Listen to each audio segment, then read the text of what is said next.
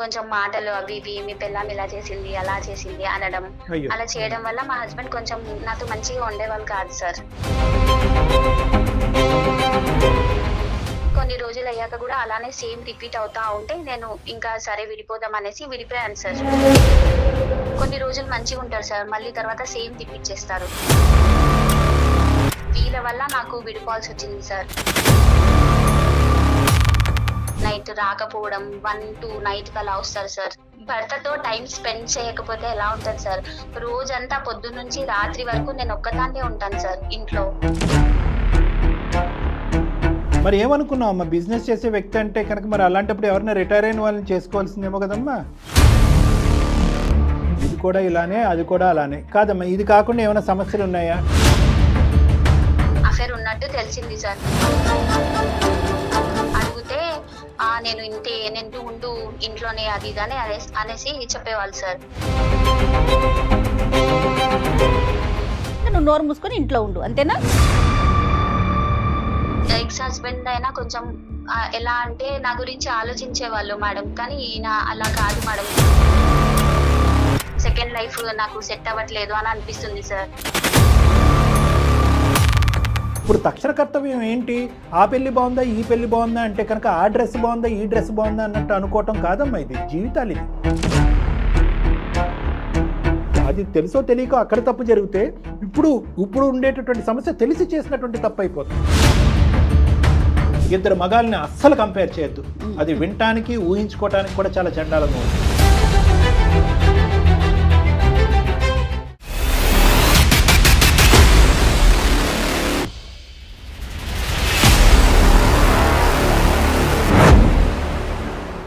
అందం, ఆరోగ్యం, ఆత్మవిశ్వాసం అనూస్తో సాధ్యం. ట్రాన్స్ఫర్మేషన్ సర్వీసెస్ పైన flat 50% discount. Anoos since 1982. Anoos skin and hair clinic సమర్పించు అందమైన జీవితం కార్యక్రమానికి స్వాగతం. నమస్తే కళ్యాణ్ గారు. నమస్తే మేడం. సురేఖ అని ఒక అమ్మాయి మనకి మెయిల్ చేశారండి. ఒక ఆవిడ, జీవితంలో ఒక నిర్ణయం తీసుకుంటాం, అదేదో కొన్ని కారణాల వల్ల తప్పుగా అనిపిస్తుంది. మళ్ళీ నెక్స్ట్ స్టెప్, అది కూడా తప్పు, మళ్ళీ ఇంకొక స్టెప్. అట్లా తీసుకునే ప్రతి నిర్ణయం కూడా ఇబ్బంది పడేలాగా, ఇబ్బంది పెట్టేలాగా, తప్పుగా తోస్తా ఉందనుకోండి, ఎటువైపు ప్రయాణించాలో అర్థం కాదండి. అలాంటి ఒక అనుమానంతో మనకి మెయిల్ పెట్టారండి సురేఖ అని. సో ఒకసారి మీతో మాట్లాడాలని అని అడుగుతున్నారు, కాల్ చేస్తానండి.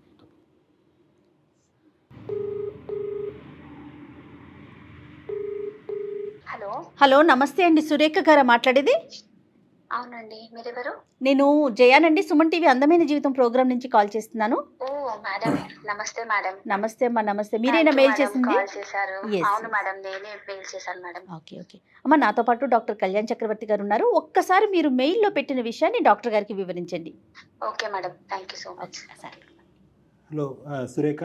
నమస్తే సార్. నమస్తే. నమస్తే. నా పేరు సురేఖ సార్. అమ్మా. నాకు 29 years. Okay. First marriage 3 years అయింది సార్. మా అత్త మామలో కొంచెం సరిగ్గా లేకుండే సార్ నా మ్యారేజ్ లైఫ్ లో. మా హస్బెండ్ మంచిగా ఉండే కానీ బాగుంటుండే, కానీ మా అత్త మామ కొంచెం రాగానే మా హస్బెండ్ ని ఎక్కియడం, కొంచెం మాటలు అవి ఇవి మీ పెళ్ళాం ఇలా చేసింది అలా చేసింది అనడం. అలా చేయడం వల్ల మా హస్బెండ్ కొంచెం నాతో మంచిగా ఉండేవాళ్ళు కాదు సార్. కొన్ని రోజులు అలానే చూసాను సార్, అలానే సఫర్ అయ్యాను. సర్లేని కొన్ని రోజులు అనగా బానే ఉంటారేమో అనేసి అలా గడుపుతూ ఉన్నాను. కానీ కొన్ని రోజులు అయ్యాక కూడా అలానే సేమ్ రిపీట్ అవుతా ఉంటే నేను ఇంకా సరే విడిపోదాం అనేసి విడిపోయాను సార్. ఇద్దరు మ్యూచువల్ అండర్స్టాండింగ్ తోనే విడిపోయారండి? అవును మ్యామ్. ఆ బాధని ఎంతకాలం ఓర్చుకున్నావు? నెలల, రోజుల, సంవత్సరాల? 3 ఇయర్స్ సార్. 3 ఇయర్స్ భరించావు. కేవలం మీ భర్త వచ్చి మీ భర్తకి మీ అత్తమామలు చాడీలు చెప్పటం, ఇలా ఉంది అలా ఉంది అనే మాట అంటాం. కొన్ని సందర్భాల్లో వాళ్ళు డైరెక్ట్ గా నిన్ను ఇబ్బంది పెట్టడం, అంతేనమ్మా? దాని పైపెచ్చి ఇంకేమైనా గొడవలు ఉన్నాయి 3 సంవత్సరాల్లో? ఏం లేదు సార్, మా హస్బెండ్ చాలా మంచోడు సార్. వీళ్ళ వల్ల నాకు విడిపోవాల్సి వచ్చింది సార్. 3 ఇయర్స్ చూసాను, అలానే మళ్ళీ సేమ్ అలానే రిపీట్ అవుతుంది. కొన్ని రోజులు మంచిగా ఉంటారు సార్, మళ్ళీ తర్వాత సేమ్ రిపీట్ చేస్తారు. అయితే మా మమ్మీ వాళ్ళ ఇంటికి వెళ్ళిపోయాను సార్ నేను. సో డైవర్స్ కూడా అయిపోయింది. 1 ఇయర్ ఆగి అలా మళ్ళీ సెకండ్ మ్యారేజ్ చేశారు సార్ మా మమ్మీ వాళ్ళు. ఒక సెకండ్ తల్లి, ఫస్ట్ మ్యారేజ్ లో సింపుల్ గా అయిపోయిందా డైవర్స్? మీ అమ్మ నాన్న కాదమ్మా, కొద్దిగా ఓర్చుకో అమ్మా, జీవితం అమ్మా, పెళ్ళమ్మా అని చెప్పి ఎవరన్నా నచ్చ చెప్పి ఆపేటటువంటి ప్రయత్నం చేశారా? నచ్చ చెప్పారు సార్, కానీ ఇంకా ఉండలేను ఇంకా అనేసి, ఇంకా భరించలేక ఇంకా మీ అమ్మాళ్ళ ఇంటికి వచ్చేసారు. తర్వాత అది కాస్త డైవర్స్ కి దారి తీసింది. అవును సార్. డైవర్స్ అయిపోయిన తర్వాత 1 ఇయర్ పాటు మీరు వెయిట్ చేశారు, తర్వాత మళ్ళీ పెళ్లి చేసుకున్నారా? అవును సార్, పెళ్లి చేశారు. మా మమ్మీ వాళ్ళు వద్దనుకున్నా, మా మమ్మీ వాళ్ళు సరే చేసుకోమ్మా, ఇన్ని రోజులు ఎలా ఉంటావు అది ఇది అనేసి నచ్చ చెప్తే నేను పెళ్లి చేసుకున్నాను సార్. మళ్ళీ సెకండ్ హస్బెండ్ కి ఇది ఫస్ట్ మ్యారేజా సెకండ్ మ్యారేజా? Second marriage madam. Okay okay okay, అంటే ఇతనికి కూడా సెకండ్ మ్యారేజ్, ఇతనికి- ఇద్దరికి కూడా Second సెకండ్ marriage. మ్యారేజ్. అతనికి అవును డివోర్స్ మేడం. అయిపోయిందా? అవును మేడం, అయిపోయింది. రైట్, సరేనమ్మా. ఇప్పుడు కానీ ఫస్ట్ మ్యారేజ్ లో కానీ మీకు సంతానం ఉన్నారా? లేరు మేడం. సో ఈయనది బిజినెస్ సార్, మా భర్తది. బాగా చూసుకుంటాడమ్మా ఇతను? బాగా చూసుకునే వాళ్ళు కాదు సార్ ఈయన కూడా. ఆ, ఈయన ఎలా అంటే బిజినెస్, నాకు మంచిగా ఫ్యూచర్ కావాలి, నైట్ రాకపోవడం, 1 to నైట్ అలా వస్తారు సార్. సో కంప్లీట్ గా వర్క్ ఓరియంటెడ్ అతను. అవును సార్, Work. బిజినెస్ ఉండేసరికి ఇక్కడ yes ఇక్కడ sir. కూడా మీ అత్త మామలు ఉంటారమ్మా, మీ ఇద్దరేనా? అత్త మామ లేరు, Okay. సిబ్లింగ్స్ ఎవరు లేరు, నేను ఒక్కదాన్ని, మా భర్త సార్. ఓకే, ఇద్దరమే ఉండేవాళ్ళు సార్ మేము. మరి హ్యాపీయే కదమ్మా. హ్యాపీయే కానీ సార్, భర్తతో టైం స్పెండ్ చేయకపోతే ఎలా ఉంటది సార్? రోజంతా పొద్దు నుంచి రాత్రి వరకు నేను ఒక్కదాన్నే ఉంటాను సార్ ఇంట్లో. మరి ఏమనుకున్నావు అమ్మా, బిజినెస్ చేసే వ్యక్తి అంటే కనుక మరి అలాంటప్పుడు ఎవరైనా రిటైర్ అయిన వాళ్ళని చేసుకోవాల్సిందేమో కదమ్మా? అంటే మా మమ్మీ వాళ్ళు చెప్పారు కాబట్టి బాగుంటదేమో ఈ నెక్స్ట్ అనేసి, అలా మంచిగా ఉంటది అనేసి అనుకున్నాను సార్. కానీ ఇది కూడా ఇలానే, ఇది కూడా ఇలానే, అది కూడా అలానే కాదమ్మా. ఇది కాకుండా ఏమైనా సమస్యలు ఉన్నాయా? టైం స్పెండ్ చేయట్లేదని మీరు అంటున్నారు, ఎప్పుడు ఇంకేంటి? బిజినెస్ పరంగా తిరుగుతాం. ఇది కాకుండా ఏమైనా ఉందా? మిగతా స్పెండ్ చేసేటటువంటి ఆ గంట 2 గంటలు కానీ శని ఆదివారాలు కానీ అలాంటివి ఉన్నప్పుడు అప్పుడు ఏమన్నా హ్యాపీగా ఉంటుందా నీకు? ఆ విషయంలో మంచివాడు. లేదు సార్. సాటర్డే కానీ సండే కానీ ఏ రోజు వచ్చినా కొంచెం 1 hour అట్లా కూడా నా కోసం తీసేవాళ్ళు కాదు సార్. బిజినెస్ బిజినెస్ అనుకుంటా వెళ్ళిపోయేవాళ్ళు. డే టైమ్ లో కూడా నేను కాల్ చేసిన బిజీ ఉండడం, వేరే అమ్మాయితో అఫేర్ ఉంది అని అనుకున్నాను సార్. మరి నేను అయితే కాల్ అట్లా చూస్తే అఫేర్ ఉన్నట్టు తెలిసింది సార్. అడిగితే నేను ఇంతే, నేను ఫైనాన్షియల్ గా బాగుంది కదా, నువ్వు ఉండు ఇంట్లోనే అది ఇది అని అనేసి చెప్పేవాళ్ళు సార్. సో ఖచ్చితంగా నమ్మకం ఉందమ్మా నీకు అతని జీవితంలో వేరే వాళ్ళు ఉన్నారని? అవును సార్, ఎందుకంటే నాతో మంచిగా ఉండేవాళ్ళు కాదు సార్. నీతో మంచిగా ఉండకపోతే వేరే వాళ్ళతో మంచిగా ఉన్నాడని కాదు కదా. నేను అనేది ఏంటంటే నీకంటూ అతనికి జీవితంలో వేరే స్త్రీ ఉందనేది నమ్మకం ఉందా? చూసావా, విన్నావా? అవును సార్, నేను ఎప్పుడు కాల్ చేసినా బిజీగా వచ్చేది, మళ్ళీ లేట్ నైట్ వచ్చేవాళ్ళు. ఫోన్ చూస్తే ఏమన్నా తెలిసిందా మీకు? ఫోన్ లో ఏమన్నా ఎవరితో మాట్లాడుతున్నట్లు అట్లా? అవును మేడం, ఇంకా నాకు మంచిది. కొంచెం కూడా టైం ఇవ్వవా అది అని అడిగితే నేను ఇంతే, నేను బిజినెస్ గురించి, నీ ఫైనాన్షియల్ గా బాగుంది కదా, నిన్ను అన్ని చూసుకుంటున్నాను కదా, ఇంకా నువ్వు నోరు మూసుకొని ఇంట్లో ఉండు, అంతేనా? ఇంట్లో ఉండు అనేసి అంటున్నారు మేడం.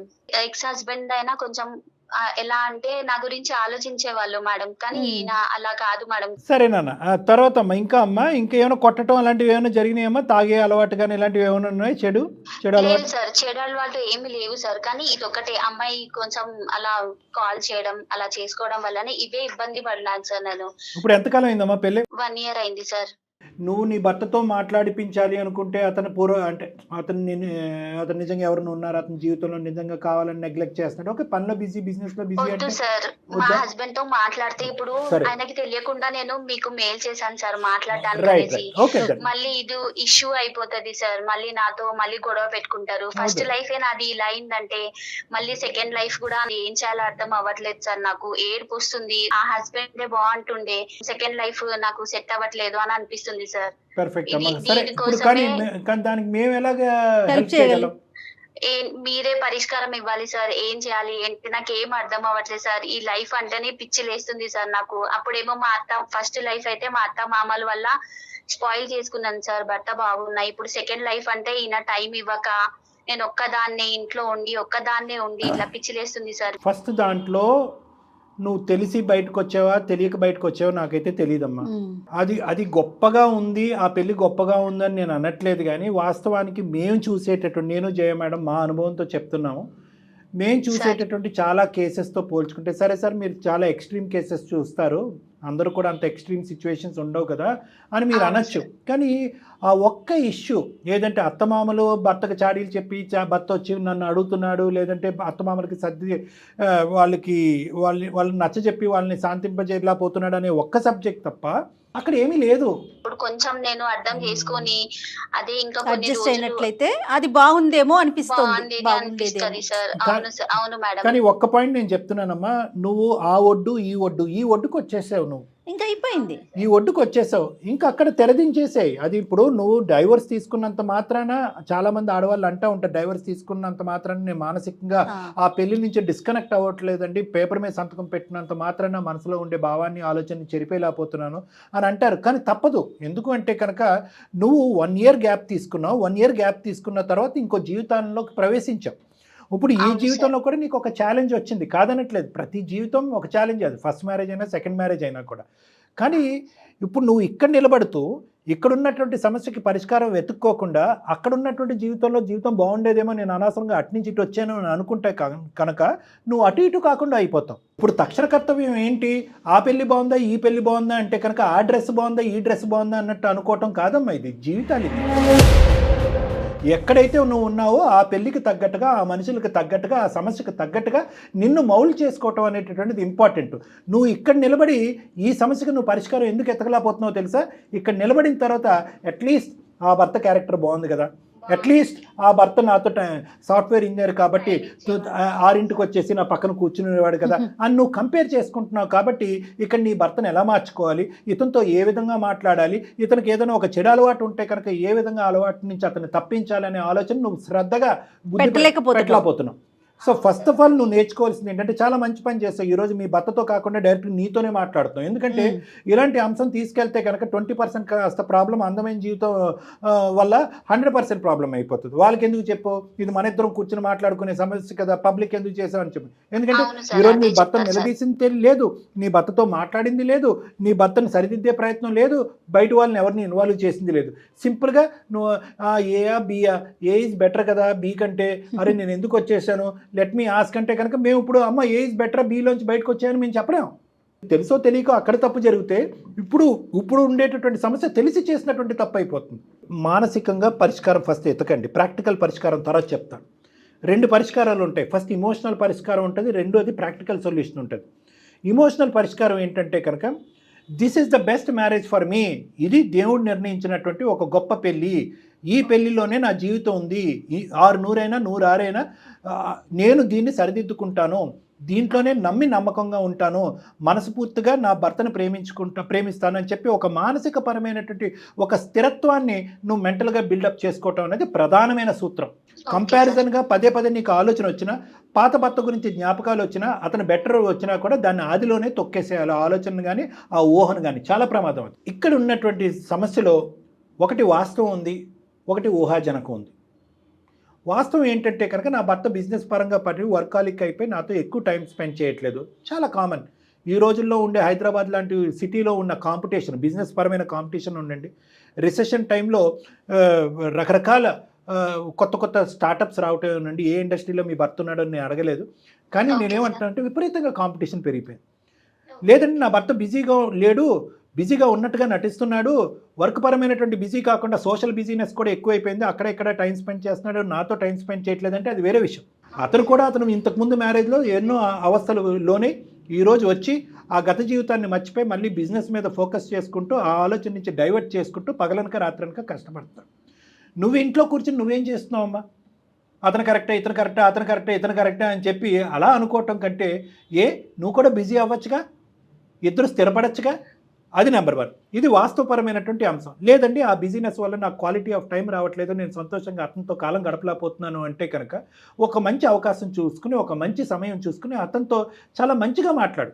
ఏమండి నాకు ఈ కోరిక ఉంది, ఈ ఆలోచన ఉంది, ఈ భయం ఉంది, ఈ బాధ ఉంది, నేను గత మ్యారేజ్లో నాకు ఎలాగా క్వాలిటీ ఆఫ్ లైఫ్ రాలేక ఎన్నో ఆశలు, ఎన్నో కోరికలతో, ఎంతో నమ్మకంతో ఇందులో ప్రవేశించాను, కాబట్టి నాకు ఇది నా అవసరం, ఇది నా ఆలోచన అంటే కనుక అతను వింటే సరే, వినకపోతే ఏం చేయాలన్న తర్వాత ఆలోచిద్దాం. రెండోది ఊహాజనకమైనటువంటి అంశం. అందులో ఎంతవరకు వాస్తవం ఉంది? అతను బిజీగా ఉన్నంత మాత్రాన, నాతో టైం స్పెండ్ చేయనంత మాత్రాన ఎవరితోనో టైం స్పెండ్ చేస్తున్నాడు అనేటటువంటి నువ్వు మళ్ళీ ఆ ఆలోచనలోకి వెళ్ళిపోతే కనుక ఈ సిచ్యువేషన్ డబుల్ కాంప్లికేట్ అయిపోతుంది.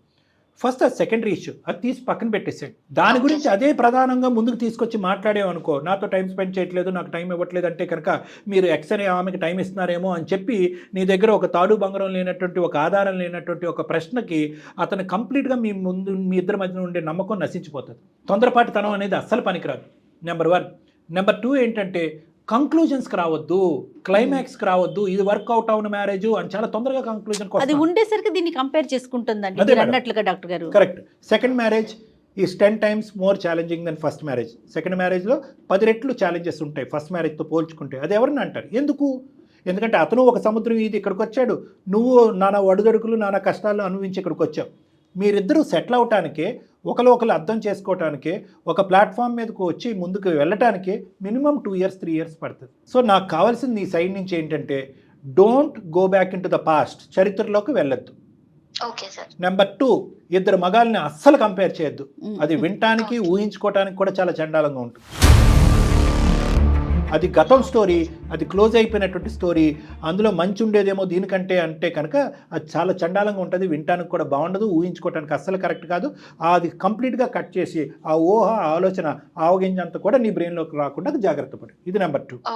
నెంబర్ 3 మోస్ట్ ఇంపార్టెంట్ ఏంటంటే మనిషిని మంచిగా చేసుకోవడం, మంచి చేసుకోవటం ఎలా, మనిషిని అట్రాక్ట్ చేసుకోవటం ఎలా, నా బాధను అతనికి అర్థమయ్యే విధంగా ఎలా చెప్పుకోవటం అనేది 3వ అంశం. దాన్ని బట్టి అతను క్వాలిటీ ఆఫ్ టైం నీతో స్పెండ్ చేస్తాడేమో చూడు. 4వది, బయటకు వెళ్ళి నువ్వు ఖాళీగా ఉండి ఇలాంటి పిచ్చి ఆలోచనలు రాకూడదు అంటే కనుక ఏదో చిన్న చెతుకో, ఏదైనా ఉద్యోగం చేసుకో. 4. 5వ అంశం మోస్ట్ ఇంపార్టెంట్, ససేమిరా మీ ఇద్దరి మధ్యన క్వాలిటీ ఆఫ్ టైం, ఒక నమ్మకం, ఒక భవిష్యత్తు మీద ఒక కార్యాచరణ, ఒక ముందుకెళ్ళేటటువంటి ప్రయత్నం డెవలప్ అవ్వకుండా అస్సలు నీ దగ్గర ఆధారం లేనటువంటి ప్రశ్నని అతన్ని అడిగి ఇంకా దూరం పెంచుకోవద్దు. నీకెవరన్నా ఉన్నారా అనేటటువంటి ఆ ప్రశ్న రాకూడదు. సో ఈ 5 సూత్రాలు నీకు చెప్తున్నానమ్మా. బహుశా నా మాట నీకు అర్థమై ఉంటుంది, నీ మనసులో ఉన్న డౌట్ పోయిందనే భావంతో నేను ఉన్నాను. మీరు చెప్పినట్టే ఫాలో అవుతాను సార్. అమ్మా ఫస్ట్ మ్యారేజ్ ని అలా ఏమి ఆలోచనలు తెచ్చుకోకుండా ఈ హస్బెండ్ తోనే మంచిగా ఉండాలని అనుకుంటున్నాను. రైట్, ఓకే, గుడ్ లక్ అమ్మా, గుడ్ లక్. థ్యాంక్ యూ అమ్మా. Thank you madam, thank you so much. అట్లా కంపేర్ చేసేసుకుంటున్నారు ఏంటి డాక్టర్ గారు? అంటే ఇప్పటికీ కూడా ఆ అమ్మాయి బయటకు వచ్చినటువంటి రీజను ప్లాట్ఫామ్ బలంగా లేదు మేడం. ఫస్ట్ది అది అప్పుడు తగలదు, అక్కడ ఉన్నంతసేపు ఆ వాడి వేడి సగతి. ఎందుకంటే ఈ రోజుల్లో మేడం మీరు నమ్మరు, అంటే ఈ అవకాశం వచ్చింది కాబట్టి చెప్తున్నాను, ఆడపిల్లలకి వాళ్ళ తల్లిదండ్రులకు కూడా, అబ్బాయిలకి వాళ్ళ తల్లిదండ్రులకి, కానీ ముఖ్యంగా ఆడపిల్లలు అసలు ఎలాంటి కారణాలకి కోర్టు గడప తొక్కుతున్నారు, ఎలాంటి కారణాలకి సంతకాలు పెట్టడానికి తొందరపడుతున్నారు. ఆడపిల్లలు తొందరపడుతుంటే కనుక ఆడపిల్లలతో పాటు తల్లిదండ్రులు కూడా సై అంటే సై అనుకుంటూ, సరేనమ్మా నీ ఇష్టం అమ్మ, నీ లోకం అని. అమ్మ ప్లీజ్, పెళ్ళి అంటే ఛాలెంజింగ్, దాంట్లో ఒడిదొడుకులు ఉంటాయి, కష్ట నష్టాలు ఉంటాయి. నేను చెప్పక్కర్లేదు, మీ అమ్మ నాన్న కూడా చెప్తారు.